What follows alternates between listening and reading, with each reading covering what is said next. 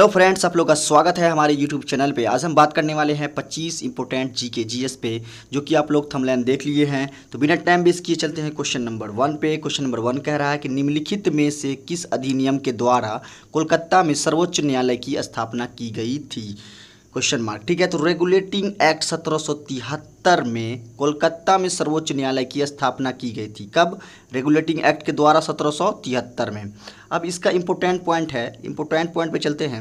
Important point क्या कह रहा है यहाँ पे कि रेगुलेटिंग एक्ट 1773 के द्वारा 1774 में कोलकाता में एक सर्वोच्च न्यायालय सुप्रीम कोर्ट की स्थापना की गई। ठीक है, और जिसमें सर एलिजा एम्पे को इसका प्रथम मुख्य न्यायाधीश नियुक्त किया गया। मतलब यहाँ पे सर्वोच्च न्यायालय का जो प्रमुख न्यायाधीश है, तो अगर प्रथम पूछे तो सर एलिजा एम्पे को दिया जाएगा कि किसको?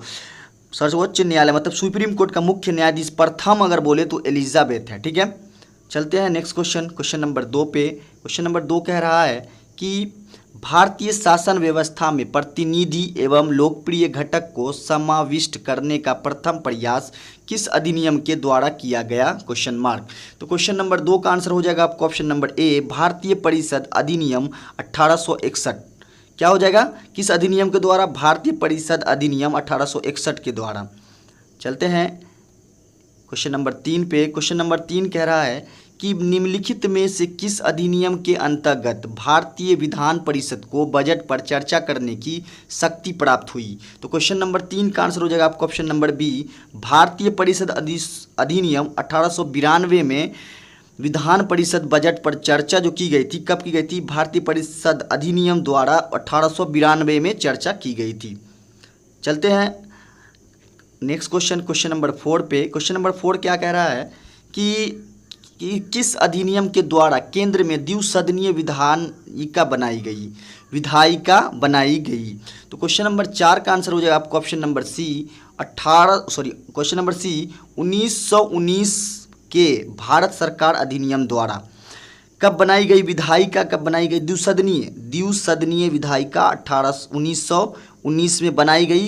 किसके द्वारा? तो भारत सरकार अधिनियम द्वारा 1919 में। ठीक है, चलते हैं इसका इंपॉर्टेंट पॉइंट देख लेते हैं कि इस अधिनियम के द्वारा भारत में लोक सेवा आयोग का गठन एवं महालेखा परीक्षक नियुक्ति का भी प्रावधान किया गया था। किसमें? 1919 में। किसके अधिनियम द्वारा? तो भारत सरकार के अधिनियम द्वारा। ठीक है, चलते हैं क्वेश्चन नंबर 5। क्वेश्चन नंबर 5 कह रहा है कि निम्नलिखित में से किस अधिनियम के फलस्वरूप बर्मा को भारत से पृथक यानी अलग किया गया? Question mark.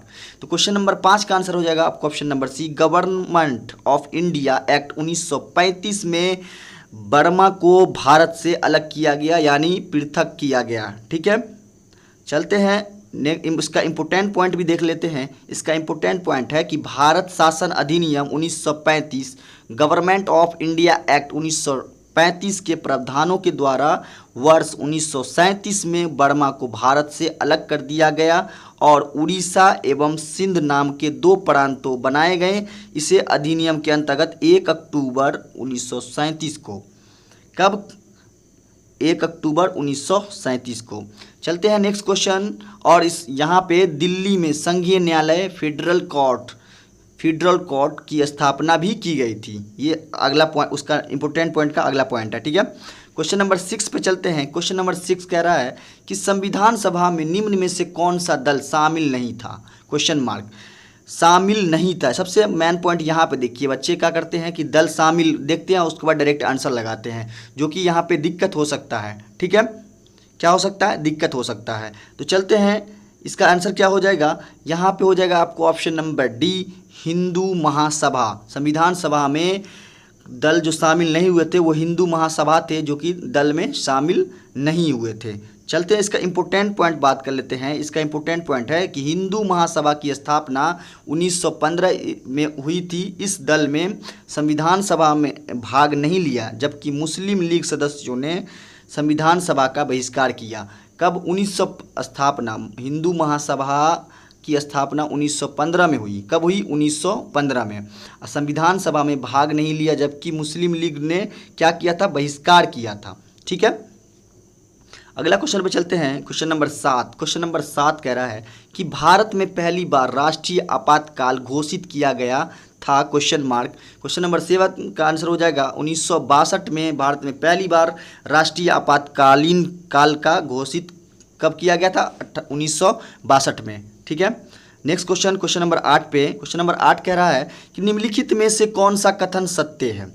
प्रकाश का वेग सबसे अधिक होता है, या फिर ध्वनि का वेग सबसे अधिक होता है, या आकाशीय पिंडों का वेग सबसे अधिक होता है, या रॉकेट का वेग सबसे अधिक होता है?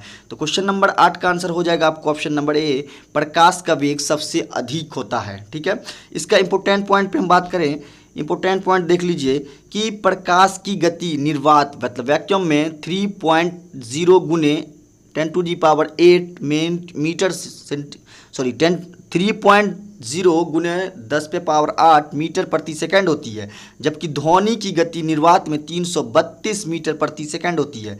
प्रकाश की गति सदैव ध्वनि की गति से अधिक होती है।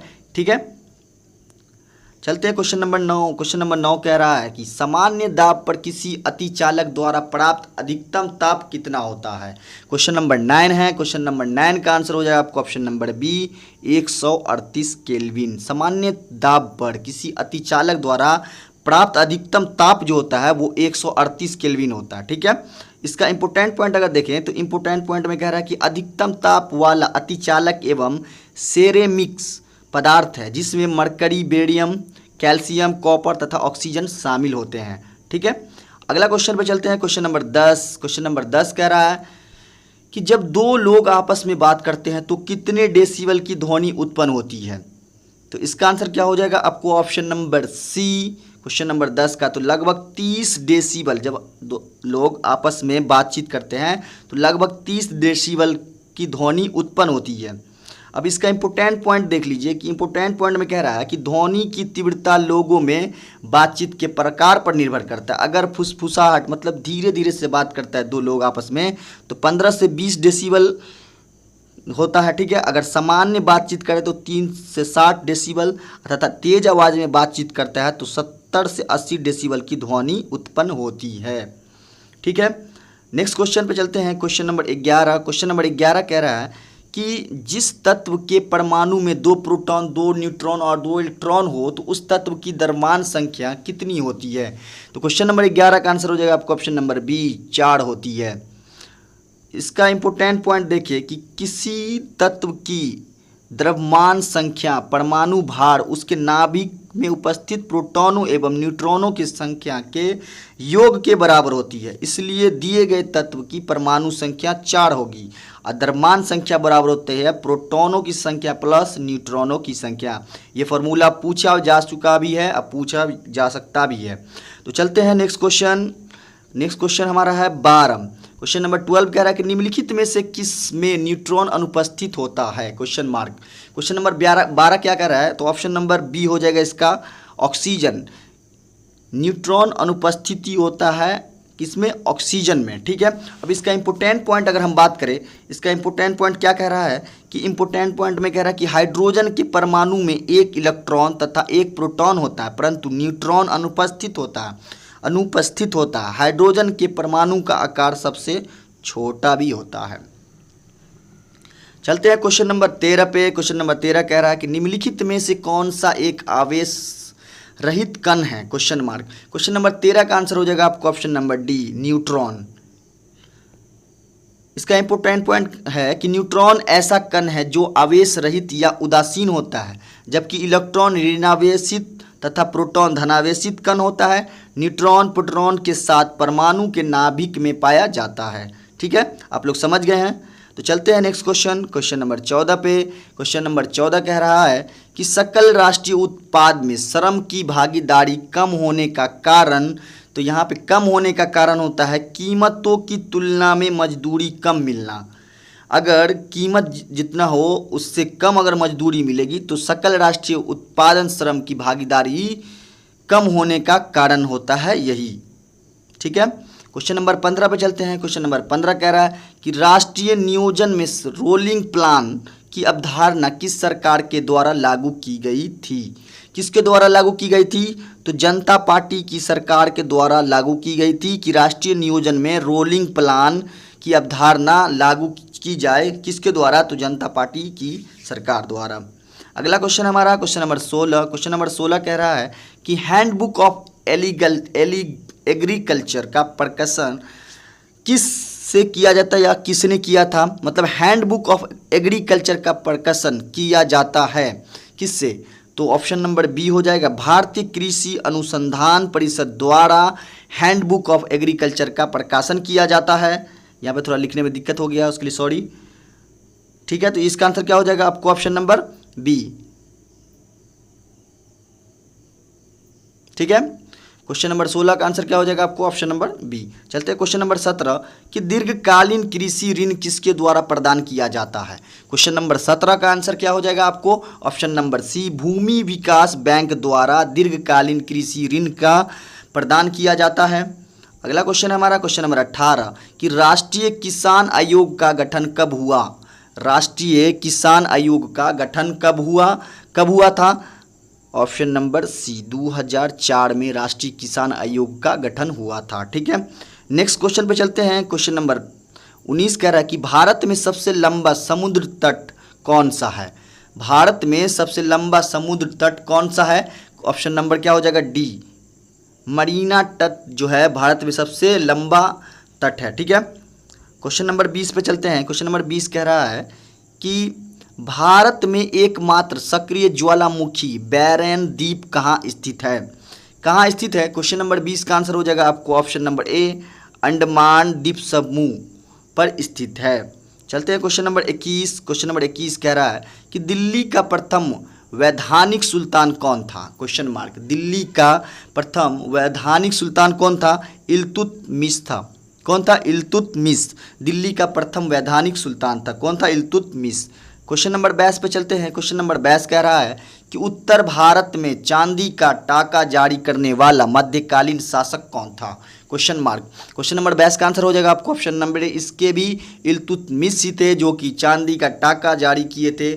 ठीक है, चलते हैं क्वेश्चन नंबर 23 पे। क्वेश्चन नंबर 23 कह रहा है कि दिल्ली के किस सुल्तान के विषय में कहा गया है कि उसने रक्त और लौह की नीति अपनाई थी? तो बलबन को कहा गया कि इन्होंने हमेशा रक्त और लौह की नीति अपनाई थी। ठीक है, क्वेश्चन नंबर 24 पे चलते हैं। क्वेश्चन नंबर 24 कह रहा है कि अलाउद्दीन खिलजी के आक्रमण के समय देवगिरी का शासक कौन था?